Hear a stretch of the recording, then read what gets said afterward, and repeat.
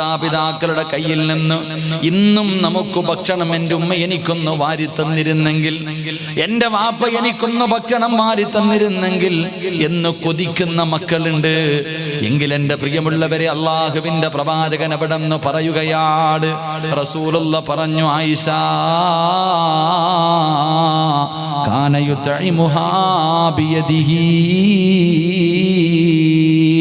ആ ചെറുപ്പക്കാരനുണ്ടായിരുന്ന ഒന്നാമത്തെ ഗുണമെന്തെന്നറിയോ? ഉമ്മാന് തിരിച്ചു ഭക്ഷണം വാരി കൊടുക്കുന്ന മകനായിരുന്നു എന്ന് നബി മുഹമ്മദ് മുസ്തഫ. അള്ളാന്റെ റസൂല് പറഞ്ഞു, ആ ചെറുപ്പക്കാരനുണ്ടായിരുന്ന ഒന്നാമത്തെ ഗുണം, ഉമ്മാടെ കയ്യിൽ നിന്ന് ഇങ്ങോട്ട് ഭക്ഷണം വാങ്ങിക്കടിച്ച മകൻ ഉമ്മാന് തിരിച്ചു തന്റെ കൈ കൊണ്ട് വാരി കൊടുക്കുമായിരുന്നു. ഈ സദസ്സിലിരുന്ന് കൈവക്കിയവരോട്, നിന്റെ ജീവിതത്തിൽ ഇന്ന് വരെ നിന്റെ ഉമ്മയ്ക്കോ നിന്റെ വാപ്പയ്ക്കോ ഒരു നേരമെങ്കിലും ഒരു പ്രാവശ്യമെങ്കിലും നീ ഭക്ഷണം വാരി കൊടുത്തിട്ടുണ്ടോ? അള്ളാഹു നിനക്ക് പ്രതിഫലം തരുമെന്ന് നബി മുഹമ്മദ് മുസ്തഫ. ഉറക്കെ നബി മുഹമ്മദ് മുസ്തഫ. വാപ്പാനോ ഉമ്മാനോ ജീവിതത്തിൽ ഒരിക്കലെങ്കിലും കൈകൊണ്ട് ഭക്ഷണം വാരി കൊടുത്തിട്ടുള്ള മക്കളൊന്ന് കൈവക്കിക്കേ. കാണാനുള്ള കൊതിയുണ്ടാവില്ല. എവിടെ പോയി നേരത്തെ പൊക്കിയവരൊക്കെ? നേരത്തെ കൈപൊക്കിയ നിനക്ക് എന്തേ മനുഷ്യ? നിന്റെ ജീവിതത്തിൽ 20, 30, 40, 50, 60 കൊല്ലമായില്ലേ? ഒരിക്കൽ പോലും പെറ്റ തള്ളയ്ക്ക് ഭക്ഷണം വാരി കൊടുക്കാൻ നിനക്ക് എന്തുകൊണ്ട് കഴിഞ്ഞില്ല? നിനക്കെന്തുകൊണ്ട് കഴിഞ്ഞില്ല? സമയില്ല. നീയിപ്പ ആ കിളവിക്ക് വാരി, അത് കിളവീന്നാ വിളിക്കണം മാനെ. ആ കിളവിക്ക് ഒരു ഭക്ഷണം വാരി കൊടുക്കാത്തതിന്റെ കുഴപ്പം കൂടെ ഉള്ള ഉസ്താദ ഇല്ലേ? അള്ളാഹുവേ പടച്ചവനെ, മാതാവിന്റെയും പിതാവിന്റെയും വില എവിടെയാ പഠിക്കണ്ടേ? അവരുടെ മഹത്വം അവിടെയാ പഠിക്കണ്ടേ? ഉസ്താദെ, കണ്ണിന് കാഴ്ചയില്ല ഉസ്താദെ, കണ്ണിന് കാഴ്ചയില്ല, ദുആ ചെയ്യ്. കണ്ണാടി വെക്കാൻ ഡോക്ടർ പറഞ്ഞു. കണ്ണിന് തിമിരമാ ഉസ്താദെ, ദുആ ചെയ്യ്. പാപ്പാ, നിന്റെ കണ്ണിന്റെ കാഴ്ച ശക്തി നിനക്ക് വേണോ?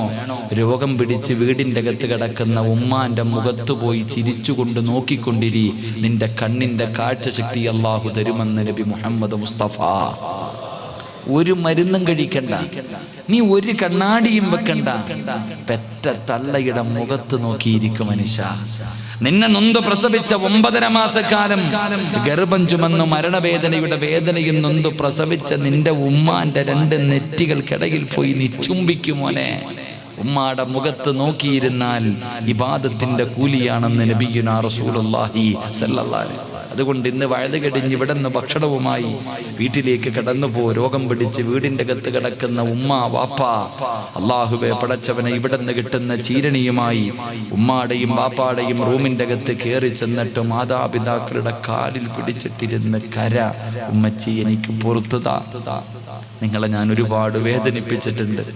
അറിവില്ലാതെ പലതും ഞാൻ പറഞ്ഞു പോയിട്ടുണ്ട്. എനിക്ക് നിങ്ങൾ പൊരുത്തപ്പെട്ട് തരണമെന്ന് പറഞ്ഞു വാപ്പാടെയും ഉമ്മാടെയും കാല് പിടിച്ച് കരയണം. എന്നിട്ട് ചോദിക്കണം, ഉമ്മ എനിക്കൊരാഗ്രഹമുണ്ട്, പറ്റില്ല എന്ന് നിങ്ങൾ പറയരുത്. വാപ്പച്ചി, എനിക്ക് മരിക്കുന്നതിന് മുമ്പ് ഒരാഗ്രഹമുണ്ട്, എൻ്റെ ഉപ്പ പറ്റില്ല എന്ന് പറയരുത്. എന്തേടാ മോനെ? ഉമ്മ, എനിക്ക് എൻ്റെ കൈ കൊണ്ട് നിങ്ങൾക്കൊന്ന് ഭക്ഷണം വാരിത്തരണം. പോയി പറയണം പെങ്ങളെ, ഉമ്മയോട് പറയണം, ഉമ്മ ഈ ശരീരം നിങ്ങൾ തന്ന ഭക്ഷണം കൊണ്ട് വളർന്നതാ ഉമ്മ. എൻ്റെ ഉമ്മച്ചിക്ക് ഒരിക്കലെങ്കിലും എൻ്റെ ഉമ്മാടെ കണ്ണടയുന്നതിന് മുമ്പ് ഒരു പ്രാവശ്യമെങ്കിലും എനിക്ക് എൻ്റെ കൈ കൊണ്ട് എൻ്റെ ഉമ്മായ്ക്കും ഉപ്പായ്ക്കും ഭക്ഷണം വാരിക്കൊടുക്കണം. വാരിക്കൊടുത്ത അള്ളാഹു തരുന്ന പ്രതിഫലം സ്വർഗത്തിലൊരു വീടും സ്വർഗത്തിലെ ഭക്ഷണവും. അള്ളാഹു നമുക്ക് ഈമാൻ നൽകുമാറാകട്ടെ. അള്ളാഹു നമുക്ക് ഈമാൻ നൽകുമാറാകട്ടെ. നമ്മളിൽ പലർക്കും ഇതിന് സമയമില്ല. വാപ്പ, എന്തിനാ വാപ്പ ജീവിക്കണേ? നിന്റെ ഉമ്മയ്ക്ക് കൊതിയില്ലേ? ഉമ്മ ആഗ്രഹമില്ലേ? നമ്മുടെ ഉമ്മയല്ലേ, നാട്ടിലെ വേറെ ആരുമല്ലല്ലോ. നമ്മുടെ വാപ്പയ്ക്ക് ഉമ്മയ്ക്ക് നിന്റെ ഈ ജീവിതത്തിന്റെ ഇടയിൽ ഒരിക്കൽ നിനക്കൊന്നൊരു ഗ്ലാസ് വെള്ളം കുടിപ്പിക്കാൻ, ഒരുരുള ഭക്ഷണം നിന്റെ കൈകൊണ്ട് നിന്റെ ഉമ്മച്ചിക്ക് വാരിക്കൊടുക്കാൻ കഴിഞ്ഞില്ലെങ്കിൽ എന്തിനാ മനുഷ്യ? അള്ളാഹു നമുക്ക് ഹിദായത്ത് നൽകുമാറാകട്ടെ. പലരിരുന്ന് കരയുന്നുണ്ട്. എന്തേന്നറിയോ ഉസ്താദ്, എൻ്റെ വാപ്പായ്ക്കും ഉമ്മയ്ക്കും വാരിക്കൊടുക്കാൻ എനിക്ക് പറ്റിയില്ല, അവരിന്ന് മണ്ണിനടിയില്ല. എൻ്റെ മാതാ, ഞാൻ ഇപ്പോഴാ ഇങ്ങനെ ഒരു ഇൽമ കേൾക്കുന്നത്. എനിക്കറിയില്ല ഉസ്താദെ, കൊടുക്കണമെന്ന് ആഗ്രഹമുണ്ട്, പക്ഷെ 2 പേരും ഖബറില്ല. വാപ്പ, നിനക്ക് തോന്നിയല്ലോ, അത് മതി. നിന്റെ കണ്ണൊന്ന് നിറഞ്ഞല്ലോ. ഇവിടെ ജീവിച്ചു കിടക്കുന്ന മാതാപിതാക്കൾക്ക് കൊടുക്കാത്ത മക്കളുടെ കാലത്ത് മരിച്ചുപോയവരെങ്കിലും നിനക്ക് ഓർമ്മ വന്നല്ലോ. അത് മതി നിനക്ക് രക്ഷപ്പെടാൻ. അള്ളാഹു നമ്മുടെ മാതാപിതാക്കളിൽ മരണപ്പെട്ടവരുടെ മണ്ണറ അള്ളാഹു മണിയറയാക്കി കൊടുക്കുമാറാകട്ടെ. അവരുടെ ഖബറിടം അള്ളാഹു സ്വർഗമാക്കി കൊടുക്കുമാറാകട്ടെ. ജീവിച്ചിരിക്കുന്നവർക്ക് അള്ളാഹു ആഫിയത്തും ദീർഘായുസും അള്ളാഹു നൽകി അനുഗ്രഹിക്കുമാറാകട്ടെ. അതുകൊണ്ട് പ്രവാചകൻ അവിടെ നിന്ന് പറഞ്ഞു, തൻ്റെ ഉമ്മയ്ക്കും വാപ്പയ്ക്കും ആ മകൻ സ്വന്തം കൈകൊണ്ട് ഭക്ഷണം വാരി കൊടുക്കുമായിരുന്നു എന്ന് നബിയിന റസൂലുള്ളാഹി സ്വല്ലല്ലാഹു അലൈഹി വസല്ലം. അള്ളാഹു നമുക്ക് ഈമാൻ നൽകുമാറാകട്ടെ. ഇൻഷാ അല്ലാഹ് ഉമ്മയ്ക്കും വാപ്പായ്ക്കും ജീവിതത്തിൽ ഒരിക്കലെങ്കിലും ഭക്ഷണം വാരി കൊടുക്കോ?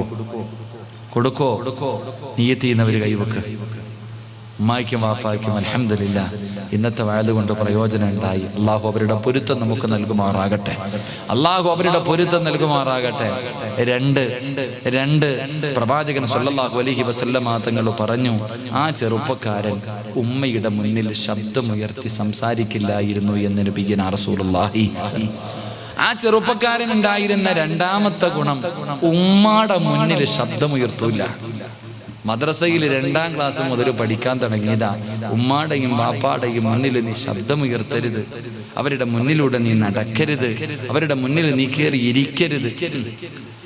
അള്ളാന്റെ ഖുർആൻ പറഞ്ഞു, നിങ്ങൾ ചേയെന്ന് പറയുന്ന വാക്ക് പോലും പറയരുത്. ഇവിടെ ഉമ്മാനെ ചീത്തയാ വിളിക്കണേ. ഉമ്മാനെ തല്ലുന്ന മക്കളുടെ കാലം, ഉമ്മാനെയും വാപ്പാനെയും തല്ലുന്ന മക്കളുടെ കാലം. ഉമ്മായിക്ക് പ്രാന്താണെന്ന് പറഞ്ഞ് ഹോസ്പിറ്റലിൽ കൊണ്ടിട്ടിരിക്കുക. ഈ അടുത്തൊരു ഉമ്മ തൻ്റെ മക്കൾ പ്രാന്താണെന്ന് പറഞ്ഞ് പ്രാന്താശുപത്രി കൊണ്ടിട്ടു. എന്നിട്ട് ഉമ്മ കോഴിക്കോട് മെഡിക്കൽ കോളേജിൽ പോയി കാണിച്ചിട്ട് ഡോക്ടറുടെ അടുത്തുനിന്ന് സർട്ടിഫിക്കറ്റ് മേടിച്ചിട്ട് വന്ന് ഉമ്മായിക്ക് പ്രാന്തില്ലാന്ന്. എന്നിട്ട് മക്കൾ പറയാം ഉമ്മായിക്ക് പ്രാന്താന്ന്. നിങ്ങളായിരിക്കും എൻ്റെ പ്രിയപ്പെട്ടവരെ, സ്വന്തം ഉമ്മയെ കബറടക്കാൻ വീടിന്റെ മുന്നിൽ കബറ് കുടിച്ചിടുന്ന മക്കളുടെ കാലവാ. അള്ളാഹു നമ്മളെ കാത്തുരക്ഷിക്കുമാറാകട്ടെ. എൻ്റെ പ്രിയമുള്ളവരെ, ഉമ്മാടെ മുന്നിൽ നിന്റെ ശബ്ദം ഉയരരുത്. നിന്റെ വാപ്പാന്റെ മുന്നിൽ ചെറുപ്പക്കാരെ സംസാരിക്കുമ്പോ നേരെ ചുവ നീ സംസാരിക്കണം. നിന്റെ വാപ്പാന്റെ ശബ്ദത്തിന്റെ മുകളിൽ, നിന്റെ ഉമ്മയുടെ ശബ്ദത്തിന്റെ മുകളിൽ നിന്റെ ശബ്ദം ഉയരരുത്. ഉയർന്നാൽ അള്ളാഹു നമ്മളെ കാത്തുരക്ഷിക്കുമാറാകട്ടെ. ഇന്ന് ഉമ്മാനെയും വാപ്പാനെയും ഭരിക്കുന്നത് മക്കള്. നേരെ തിരിച്ചാ. പണ്ട് മാതാവും പിതാവും പറയും മക്കൾ അനുസരിക്കും. ഇന്നങ്ങനല്ല. മക്കൾ പറയും മാതാപിതാക്കൾ അനുസരിക്കണം. മക്കൾ മാതാപിതാക്കളോട് പറയും വല്ലതും തിന്നിട്ട് ഈ വീടിൻ്റെ അകത്ത് കടന്നോണം, അടങ്ങി ഒതുങ്ങി. അതാ എൻ്റെ പ്രിയപ്പെട്ടവരെ, നിങ്ങൾ ചിന്തിച്ചു നോക്ക്. എൻ്റെ സഹോദര, നിനക്ക് എവിടെ നിന്നാടാ ജോലി കിട്ടിയത്? വായും നോക്കി റോഡിലൂടെ നടന്നിരുന്ന ഒരു കാലം ഉണ്ടായിരുന്നു എനിക്ക്, നിങ്ങൾക്കൊക്കെ. അന്ന് നമ്മുടെ ഉമ്മയും ബാപ്പയും ദുആ ചെയ്യും. ഉസ്താദന്മാരുടെ കയ്യിൽ സദക്ക കൊടുത്തിട്ട് പ്രത്യേകം ദുആ ചെയ്യിപ്പിക്കും. ഉസ്താദെ, എൻ്റെ മോനൊരു ജോലി കിട്ടാൻ വേണ്ടി ദുആ ചെയ്യണേ. അങ്ങനെ ഉമ്മയും ബാപ്പയും ദുആ ചെയ്ത് നിനക്കൊരു നല്ല ജോലി കിട്ടി, ഗൾഫിലൊരു ജോലി. ഗൾഫിൽ പോകാൻ നേരത്ത് ഉമ്മ പറഞ്ഞു, മോനെ പേടിക്കണ്ടടാ. കെട്ടിപ്പിടിച്ചു പൊട്ടിക്കരഞ്ഞ് യാത്രയാക്കി ഗൾഫിൽ പോയപ്പോൾ ഇവൻ വിളിച്ചു പറയാ, ഉമ്മ ഇവിടെ ഭയങ്കര ചൂടാ ഉമ്മ, അറബി ഭയങ്കരം, അള്ളാഹുവേ വല്ലാത്തവനാ ഉമ്മച്ചി, ശമ്പളമൊക്കെ കുറവാ ഉമ്മ പറഞ്ഞു, എല്ലാം ശരിയാകും മോനെ, ഞാൻ ദുആ ചെയ്യാം, നീ ഒന്നവിടെ പിടിച്ചു നിൽക്ക്. അവസാനം ഉമ്മ ഇവിടെ കിടന്ന് ദുആ ചെയ്തു. അറബിയുടെ മനസ്സ് വരെ മാറി. നിനക്ക് നല്ല ശമ്പളമായി, നല്ല ജോലിയായി, നീ നല്ല നിലയിലായി. ഉമ്മ ദുആ ചെയ്തു, അല്ലാഹുവേ എൻ്റെ മോന് സാലിഹത്തായ ഒരു പെണ്ണിനെ കൊടുക്കണേ തമ്പുരാനെ, എൻ്റെ മോക്ക് നല്ലൊരു ജീവിതം കൊടുക്കണേ. നീ ദുആ ചെയ്തിട്ടല്ല, നിന്റെ ഉമ്മയും ബാപ്പയും ദുആ ചെയ്തു. അങ്ങനെ നല്ല കുടുംബത്തിൽ നിന്ന് നിനക്കൊരു പെണ്ണ് കിട്ടി. അൽഹംദുലില്ലാഹ്, നല്ല സമ്പത്ത്, നല്ല മണമൊക്കെ, സ്വർണ്ണമൊക്കെ ഒരുപാട് കിട്ടി, ജാഗയൊക്കെ ഒരുപാട്. അത് കഴിഞ്ഞു, പടച്ചവനെ നീ അതാ. പിന്നെ കുറച്ച് കഴിഞ്ഞപ്പോൾ ഉമ്മ ദുആ ചെയ്തു, അല്ലാ എൻ്റെ മോനൊരു കുഞ്ഞിനെ കൂടെ കൊടുക്കണേ അല്ലാ. ഉമ്മയും ബാപ്പയും ദുആ ചെയ്തു, നിനക്കും മക്കളെ കിട്ടി. അത് കഴിഞ്ഞപ്പോൾ ഉമ്മ ദുആ ചെയ്തു, അല്ലാ എല്ലാവർക്കും വീടായി, എൻ്റെ മോക്കൂടൊരു വീട് കൊടുക്കണേ അല്ലാ, എൻ്റെ മോനൊരു വീട് കൊടുക്കണേ അല്ലാ. അങ്ങനെ ഈ നാട്ടിൽ ഒരു 2 നിലയുള്ള വീട് നീ വെച്ചു. ഇതെല്ലാം കഴിഞ്ഞു. അവസാനം നിന്റെ വീടിന്റെ പാലുകാച്ചലൊക്കെ നടന്നു. ഉമ്മായും വാപ്പായും വീടിന്റെ അകത്ത് കൊണ്ടിരുത്തിയിട്ട് നീ എന്തേ പറഞ്ഞത്? 2 പേരും വല്ലതും തിന്നിട്ട് ഇതിൻ്റെ അകത്ത് അടങ്ങി ഒതുങ്ങി കടന്നുകൊള്ളണം. അള്ളാഹു നമുക്ക് ഈമാൻ നൽകുമാറാകട്ടെ. എൻ്റെ പ്രിയപ്പെട്ടവരെ, നിങ്ങൾ ചിന്തിക്ക്. ഉമ്മാനെയും വാപ്പാനെയും ഭരിക്കുന്ന മക്കളുടെ കാലം കണ്ടാൽ ഇത് തലയിലേക്ക് ഇടിഞ്ഞു വീഴാൻ സമയമായി എന്ന് നബി മുഹമ്മദ് മുസ്തഫ നീ ഉമ്മാനെ ഭരിക്കാൻ വളർന്നില്ല. എത്ര നീ വളർന്നാലും നിന്റെ വാപ്പാനെയും ഉമ്മാനെയും ഭരിക്കാൻ നീ വളർന്നിട്ടില്ല. അള്ളാഹു ഈമാൻ നൽകുമാറാകട്ടെ. ഇന്ന് ഉമ്മാടെ ജോലി എന്താ? ഇന്നത്തെ ഉമ്മമാരുടെ ജോലി എന്താ? ഇത് പറയുമ്പോൾ നിങ്ങൾക്ക് ഇഷ്ടപ്പെടൂല. ഉമ്മാടെ ജോലി എന്താ? ഗൾഫിൽ പോയ മകനോട് ഉമ്മ പറഞ്ഞു, മോനെ എനിക്കും ഗൾഫ് നാടൊന്ന് കാണണം, എന്നെ കൊണ്ടുപോയില്ല ഉമ്മ, വിസ ഒന്നും കിട്ടത്തില്ല, ഇവിടെ റൂമൊന്നും ഇല്ല. എന്നാൽ പെണ്ണ് കെട്ടിയിട്ട് 2 ആഴ്ച കഴിഞ്ഞപ്പോൾ അവളെ കൊണ്ടുപോയി. വിവാഹം കഴിഞ്ഞ് പെറ്റതള്ളെ കൊണ്ടുപോയില്ല, ഭാര്യയെ കൊണ്ടുപോയി. എന്നിട്ട് കുറേ നാൾ കഴിഞ്ഞപ്പോൾ ഒരു ദിവസം ഉമ്മാനെ വിളിച്ചിട്ട് പറയാം, ഉമ്മ വിസയൊക്കെ റെഡിയായി കേട്ടോ, ഉമ്മ വരണം ഗൾഫിലേക്ക്. ഉമ്മ വിചാരിച്ചു മോൻ എന്നെ വലിയ സ്നേഹം, അല്ലാ നാട്ടുകാരോടും അയൽവാസികളോടൊക്കെ പറഞ്ഞു ഞാൻ എൻ്റെ മോൻ്റെ അടുക്ക പോവാ, വിസ കിട്ടിയിട്ടുണ്ട്. ഉമ്മ നിസ്കരിച്ചു ദുആയൊക്കെ ചെയ്തു. അൽഹംദുലില്ലാ ആദ്യമായിട്ട് ഫ്ലൈറ്റിൽ കയറുക, ഫ്ലൈറ്റിലൊക്കെ കയറി എയർപോർട്ടിൽ പോയി ഇറങ്ങി. മോൻ വന്ന് വണ്ടി വന്നു ഉമ്മാനെ വിളിച്ചു ഫ്ലാറ്റിൽ കൊണ്ടുപോയി. ഫ്ലാറ്റിൽ കൊണ്ടുപോയപ്പോഴാണ് ഉമ്മായിക്ക് ഒരു കാര്യം മനസ്സിലായത്. ഉമ്മാനെ ഗൾഫിൽ കൊണ്ടുപോയത് സ്നേഹം കൊണ്ടൊന്നുമല്ല, പെണ്ണുമ്പിള്ള പ്രസവിക്കാറായി പ്രസവം എടുക്കാൻ കൊണ്ടുപോയതാ. അള്ളാഹു കാത്തിരക്ഷിക്കുമാറാകട്ടെ. ഉമ്മാനെ എന്തിനാ കൊണ്ടുപോയ? ഇവന്റെ പെണ്ണുമ്പിള്ള പ്രസവിക്കാൻ കിടക്ക, വേറെ ഒരുത്തിയെ വിളിച്ച് 50,000 രൂപ കൊടുക്കണം, ഇവർക്കാകുമ്പോൾ തിന്നാൻ മാത്രം ഭക്ഷണം കൊടുത്താൽ മതി. ഇന്ന് അധികം ഉമ്മമാരുടെയും ജോലി പേരെടുക്കല. അള്ളാഹു കാക്കുമാറാകട്ടെ. പാപ്പായ്ക്ക് പിന്നെ നല്ല ജോലിയാ, പാപ്പായ്ക്ക് നല്ല ജോലിയാ. ഇവൻ ഗൾഫിലാ, ഇവന്റെ ഭാര്യയും മക്കളും ഇവിടെ ഒരു വലിയ വീടും കെട്ടി ഇവിടെ കിടക്കുന്നുണ്ട്. പാപ്പാനെ വിളിച്ചിട്ട് പറയും, പാപ്പാ വൈകിട്ടൊന്ന് പോയി കാവല് കിടക്കണേ. പാപ്പാടെ ജോലി എന്താ? വൈകിട്ട് മക്കളുടെ വീടിന് പോയി കാവല് കിടക്കൽ. അള്ളാഹു നമുക്ക് ഈമാൻ നൽകി അനുഗ്രഹിക്കുമാറാകട്ടെ.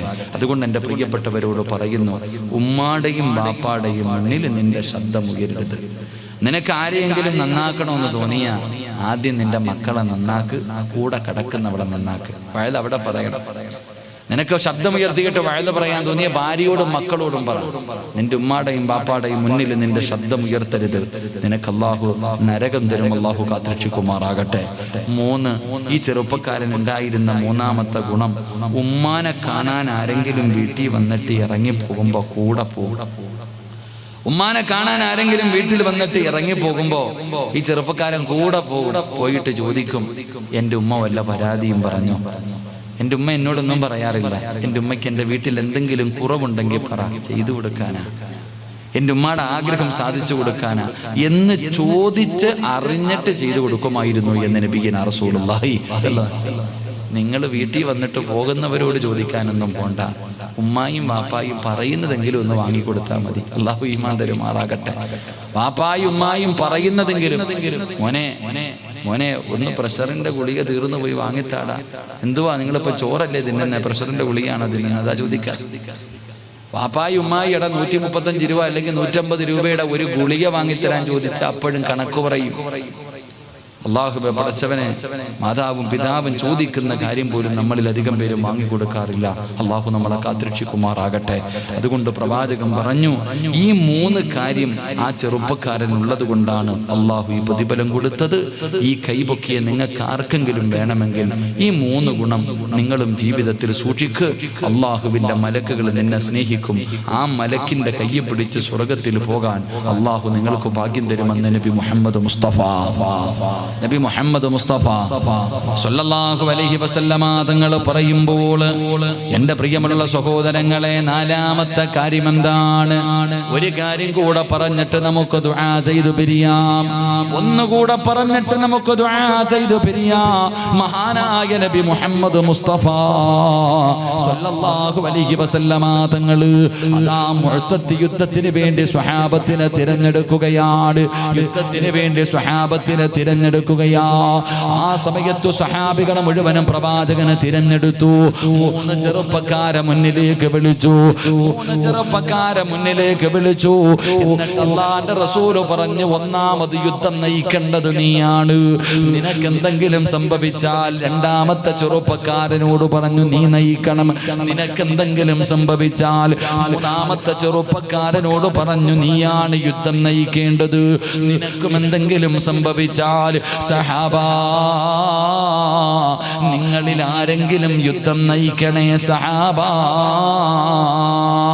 ഈ പറഞ്ഞതിന്റെ അർത്ഥം ഒന്നാമത് നീ മരിക്കും, രണ്ടാമത് നീ മരിക്കും, മൂന്നാമത് നീ മരിക്കും. 3 പേരും മരിക്കുമെന്ന് യുദ്ധത്തിന് മുമ്പേ പ്രവാചകൻ അവിടെന്ന് പറഞ്ഞു കൊടുത്തു. എന്റെ പ്രിയമുള്ള സഹോദരങ്ങളെ, സ്വഹാബികൾ മുഴുവനും വീട്ടിലേക്ക് കടന്നു പോകുമ്പോ ഒരു ചെറുപ്പക്കാരൻ തുള്ളിച്ചാടിയിട്ട് തന്റെ വീട്ടിലേക്ക് കടന്നു പോവുകയാണ്. മഹാനായ ജൗഫർ റളിയല്ലാഹു തആല അൻഹു ചെറുപ്പക്കാരനായ സ്വഹാബിയാണ്. തുള്ളിച്ചാടിക്കൊണ്ടാണ് വീട്ടിലേക്ക് കടന്നു പോകുന്നത്. ആ സമയത്ത് തന്റെ പ്രിയപ്പെട്ട ഭാര്യ അസ്മാ റളിയല്ലാഹു തആല അൻഹാ ചിരിക്കുന്ന മുഖത്തോടെ സന്തോഷത്തോടെ വീട്ടിലേക്ക് കടന്നു വരുന്ന ഭർത്താവിനോട് ചോദിച്ചു, നിങ്ങൾക്ക് ഇത്ര സന്തോഷമെന്തേ? അവിടെന്ന് പറഞ്ഞു, അസ്മാ, അല്ലാഹുവിന്റെ പ്രവാചകൻ യുദ്ധത്തിന്റെ അമീറാക്കി, എന്നെ യുദ്ധത്തിന്റെ അമീറായി അല്ലാഹുവിന്റെ റസൂൽ തെരഞ്ഞെടുത്തു. ആ ചെറുപ്പക്കാരൻ അറിയാം മരിക്കുമെന്ന്, എന്നിട്ടും ഒരു പേടിയില്ല. അവസാനം പടച്ചവനെ യുദ്ധത്തിന് വേണ്ടി തയ്യാറെടുത്തു. ഭാര്യയെ കെട്ടിപ്പിടിച്ചു ചുംബനം കൊടുത്തു, യാത്ര പറഞ്ഞു, തന്റെ മക്കളോട് സലാം പറഞ്ഞു. ജൗഫർ റളിയല്ലാഹു തആല അൻഹു മൊത്തത്തിന്റെ രണാങ്കണത്തിലേക്ക് കടന്നു പോവുകയാണ്. യുദ്ധം തുടങ്ങി. അല്ലാഹുവിന്റെ റസൂൽ പറഞ്ഞതുപോലെ ഒന്നാമത്തെ സ്വഹാബി വെട്ടുകൊണ്ട് താഴെ വീഴുകയാണ്. ഒന്നാമത്തെ സ്വഹാബി യുദ്ധക്കളത്തിൽ ഷഹീദായി വീണു. കഥാ കയ്യിൽ പിടിച്ചിരുന്ന കൊടിയങ്ങ് താഴെ വീഴുമ്പോ ജൗഫർ റളിയല്ലാഹു തആല അൻഹു ഓടിച്ചെന്നിട്ട് കൊടിയെടുത്തു, ഇസ്ലാമിന്റെ കൊടിയെടുത്തു. എന്നിട്ട് യുദ്ധം നയിക്കുമ്പോ അല്ലാഹുവേ, ശത്രുക്കൾ വലത് കൈപ്പത്തിയങ്ങ് വെട്ടിമുറിച്ചു. കൊടി താഴെ വീണു. ജൗഫർ റളിയല്ലാഹു തആല അൻഹു ഇടത് കൈ കൊണ്ട് കൊടിയെടുത്തു. പിന്നെയും മുന്നോട്ട് നടന്നു. രണ്ടാമത്തെ കൈയും വെട്ടിമുറിച്ചു. തന്റെ കയ്യിലിരുന്ന കൊടിയങ്ങ് താഴെ വീഴുമ്പോ ചെറുപ്പക്കാരാ, ജൗഫർ റളിയല്ലാഹു തആല അൻഹു അറ്റുപോയ 2 കൈ കൊണ്ട് കൊടി ഇങ്ങനെ ചേർത്ത് പിടിച്ചിട്ട് മുന്നോട്ട് നടക്കുകയാ. അപ്പോഴും ശത്രുക്കൾ വലത് കൈയങ്ങ് വെട്ടിമുറിച്ചു. അല്ലാഹുവേ, ജൗഫർ തങ്ങൾ പറഞ്ഞു, സ്വഹാബാ, ആ കൊടിയെടുത്തിട്ട് എന്റെ കക്ഷത്തിൽ വെച്ചതാ സഹാബാ. സ്വഹാബികൾ ആ കൊടിയെടുത്ത് കക്ഷത്തിൽ വെച്ചു കൊടുത്തു. ജൗഫർ റളിയല്ലാഹു തആല അൻഹു എഴുന്നേറ്റ് നിന്നിട്ട് സ്വഹാബികളോട് വിളിച്ചു പറഞ്ഞു, സ്വഹാബാ, സ്വർഗത്തിന്റെ പരിമളം അടിച്ചു വീശുന്നു സ്വഹാബാ. ഈ മുഅത്തത്തിന്റെ രണാങ്കണത്തില് സ്വർഗത്തിന്റെ പരിമളം അടിച്ചു വീശുന്നുണ്ട്. വേണ്ടവരെന്റെ കൂടെ വാ സഹാബാ. ജൗഫർ റളിയല്ലാഹു തആല അൻഹു ശത്രുക്കളുടെ ഇടയിലേക്ക് കൊടിയും പിടിച്ചു പാഞ്ഞു കയറുകയാണ്. 4 ഭാഗത്ത് നിന്ന് ശത്രുക്കൾ അവിടെ നിന്ന് വെട്ടുകയാണ്. പടച്ചവനെ, അല്ലാഹുവിന്റെ റസൂൽ ആ യുദ്ധത്തിൽ പങ്കെടുത്തില്ല. പ്രവാചകൻ മസ്ജിദുൻ നബവിയിലിരിക്കുകയാണ്. സുബഹി നമസ്കാരം കഴിഞ്ഞിട്ട് അല്ലാഹുവിന്റെ റസൂൽ വിളിച്ചു പറഞ്ഞു, സഹാബാ, എന്റെ ജൗഫർ പോയി സഹാബാ, എന്റെ ജൗഫർ ഷഹീദായി. അല്ലാഹുവിന്റെ റസൂൽ മസ്ജിദുൻ നബവിയിൽ ഇരുന്ന് പറയുകയാണ്, എന്റെ ജൗഫർ ഷഹീദായി. അല്ലാഹുവിന്റെ റസൂൽ ചോദിച്ചു, വീട്ടിൽ പോയി പറയണ്ടേ സഹാബാ? ജൗഫറിന്റെ ഭാര്യയോടും മക്കളോടും മരണവാർത്ത പറയണമല്ലോ. അല്ലാഹുവിന്റെ റസൂൽ തന്റെ മുന്നിലിരിക്കുന്ന ആയിരക്കണക്കിന് സ്വഹാബികളോട് റസൂലുള്ള ചോദിച്ചു, ആരാ പോയി പറയുന്നത്? ജൗഫറിന്റെ വീട്ടിൽ പോയിട്ട് ജൗഫറിന്റെ ഭാര്യയോടും മക്കളോടും ജൗഫർ തങ്ങളും മരിച്ചുപോയെന്നാരാ പോയി പറയുന്നത്? അല്ലാഹുവിന്റെ റസൂൽ ചോദിക്കുമ്പോ സ്വഹാബികൾ മുഴുവനും തല താഴ്ത്തിയിരിക്കുകയാണ്. ഒരാൾ പോലും തല പൊക്കുന്നില്ല, ഒരാളും തയ്യാറാകുന്നില്ല. റസൂലുള്ള പിന്നെയും ചോദിച്ചു, ആരാ പോകുന്നത്? എല്ലാരും റസൂലുള്ളാന്റെ മുന്നിൽ ഇങ്ങനെ തല താഴ്ത്തിയിരിക്കുമ്പോ ലോകത്തിന്റെ നേതാവ് ചോദിച്ചു, നിങ്ങൾക്ക് എന്തു പറ്റി സഹാബാ? നിങ്ങൾക്ക് എന്തു പറ്റി സഹാബാ? ആ സമയത്ത് സ്വഹാബികൾ പറഞ്ഞു, യാ റസൂലല്ലാഹ്, അല്ലാഹുവിന്റെ നബിയേ, ജൗഫറിന്റെ ഭാര്യ അസ്മാഇന്റെ അടുക്കൽ പോയിട്ട് തന്റെ പ്രിയപ്പെട്ട ഭർത്താവ് മരിച്ചുപോയെന്നു പറയാ ഞങ്ങളെ കൊണ്ട് കഴിയില്ല നബിയേ.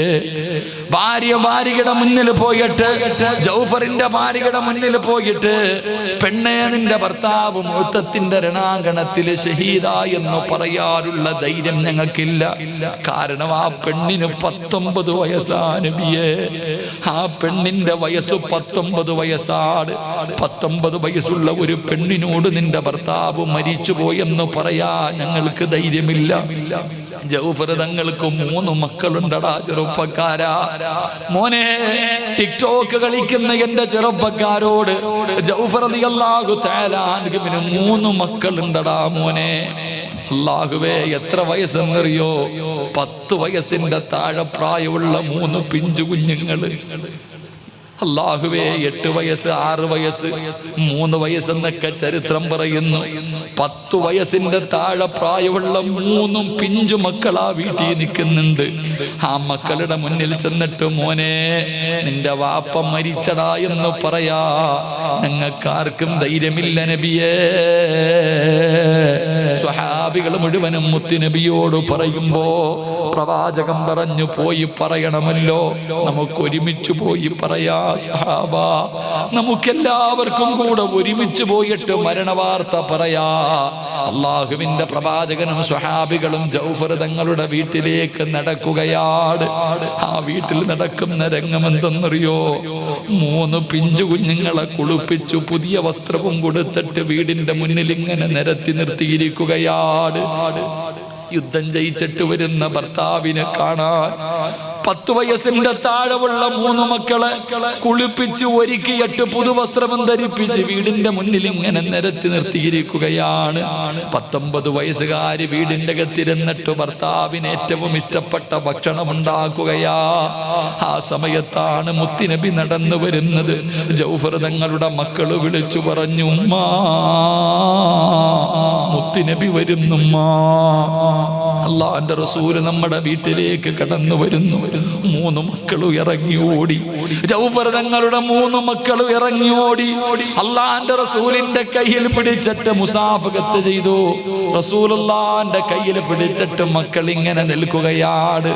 മുത്തുനബി 3 മക്കളെയും ഇങ്ങനെ കയ്യിൽ പിടിച്ചുകൊണ്ട് നിൽക്കുമ്പോ ജൗഫർ റളിയല്ലാഹു തആല അൻഹുവിന്റെ മക്കള് മുത്തുനബിയുടെ പുറകിൽ ഇങ്ങനെ തിരിഞ്ഞു നോക്കുകയാണ്. റസൂലുള്ളാഹിന്റെ പുറകിലെങ്ങാണ് ഞങ്ങളുടെ പൊന്നാര ഉപ്പ നിൽക്കുന്നുണ്ടോ? ഞങ്ങളുടെ വാപ്പ വന്നോ? 3 മക്കളും മുത്തുനബിയുടെ പുറകിൽ നിൽക്കുന്ന സ്വഹാബത്തിന്റെ ഇടയിൽ നോക്കുന്നു, ഞങ്ങളുടെ വാപ്പയുണ്ടോ? ഇത് കണ്ടപ്പോൾ ലോകത്തിന്റെ നേതാവിന്റെ കണ്ണ് നിറഞ്ഞുപോയി. 3 മക്കളെയും കെട്ടിപ്പിടിച്ചു വെച്ചിട്ട് റസൂലുള്ള കരയുകയാണ്. എന്നിട്ട് പ്രവാചകൻ പറഞ്ഞു, സ്വഹാബ, എന്റെ ജൗഫറിന്റെ മക്കളെ ചുംബിക്ക് സഹാബ. യതീമായ മക്കളെ കിട്ടിയപ്പോ സ്വഹാബികൾ മുഴുവനും കെട്ടിപ്പിടിച്ചിട്ട് ചുംബനം കൊടുക്കുകയാണ്. 19 വയസ്സുള്ള പെണ്ണീ രംഗം ഇങ്ങനെ കണ്ടുകൊണ്ടിരിക്കുകയാണ്. ആ പെണ്ണിനെല്ലാം മനസ്സിലായി. അവിടെന്ന് ചോദിക്കുന്നു, യാ റസൂലല്ലാഹ്, മുഅ്തത്തിന്റെ നേതാക്കന്മാർക്ക് എന്തു പറ്റി നബിയേ? റസൂലുള്ള പറഞ്ഞു, അസുമാ, ജൗഫർ ഷഹീദായി അസുമാ. അല്ലാഹുവിന്റെ റസൂല് 19 വയസ്സുള്ള പെണ്ണിനോട് പറയുമ്പോ ആ പെണ്ണ് എന്താണ് പറയുന്നതെന്ന് കേൾക്കാം. നെഞ്ചത്തടിച്ചു വിളിച്ചു കൂവുകയാണോ? അല്ലാഹുവേ, ബോധം കെട്ട് വീഴുകയാണോ? എന്താണ് പറയുന്നതെന്ന് കേൾക്കാൻ സ്വഹാബികൾ മുഴുവനും അത്ഭുതത്തോടു കൂടി നിൽക്കുമ്പോ 19 വയസ്സുള്ള പെണ്ണ് കണ്ണ് തുടച്ചിട്ട് ചോദിക്കുന്നു, യാ റസൂലല്ലാഹ്, എനിക്കൊരു കാര്യം അറിയണം നബിയേ. എനിക്കൊരേ ഒരു കാര്യമേ അറിയാനുള്ളൂ. 19 വയസ്സുള്ള ഒരു പെണ്ണ്, എന്റെ പ്രിയമുള്ള ടിക്ടോക്കിന്റെ പുറകിൽ നടക്കുന്ന എന്റെ പ്രിയപ്പെട്ട സഹോദരിമാരോട്, നിന്നെ പോലെ ഒരു 19 വയസ്സുകാരി, 3 മക്കളുള്ള, 10 വയസ്സിന്റെ താഴെ പ്രായമുള്ള 3 പിഞ്ചു കുഞ്ഞുങ്ങളുള്ള ഈമാനുള്ള ഒരു പെണ്ണ്, തന്റെ ഭർത്താവ് മരണപ്പെട്ടെന്ന് പ്രവാചകം പറഞ്ഞപ്പോ അവിടെ നിന്ന് ചോദിച്ചു, എനിക്കൊരു കാര്യം അറിയണം നബിയേ, എന്റെ അസുമാ, എന്റെ ജൗഫർ മരിച്ചപ്പോ നോമ്പുകാരനായിട്ടാണോ മരിച്ചത്? എനിക്കതറിഞ്ഞാ മതി നബിയേ, എനിക്കതറിഞ്ഞാ മതി നബിയേ. എന്റെ ഭർത്താവ് മരിച്ചത് നോമ്പുകാരനായിട്ടാണോ? അള്ളാന്റെ റസൂല് ചോദിച്ചു, നീ എന്തേ അങ്ങനെ ചോദിച്ചത്? നീ എന്തേ അങ്ങനെ ചോദിച്ചത്? യാ റസൂലല്ലാഹ്, മണിയറക്കകത്ത് എന്റെ മടിയിൽ കിടക്കുമ്പോ, മണിയറക്കകത്ത് എന്റെ മടിയിൽ കിടക്കുമ്പോ ജൗഫർ റളിയല്ലാഹു തആല അൻഹു അവിടെന്ന് പറഞ്ഞു, അസുമാ, എനിക്കൊരാഗ്രഹമുണ്ട്, നീ ദുആ ചെയ്യണേ, എനിക്കൊരാഗ്രഹമുണ്ട്, നീ ദുആ ചെയ്യണേ. അസുമാ റളിയല്ലാഹു തആല അൻഹു ചോദിച്ചു, എന്തേ ജൗഫറെ ആഗ്രഹം എന്തേ? 19 വയസ്സുകാരി ചോദിച്ചു, എന്തേ ആഗ്രഹം? അസുമാ,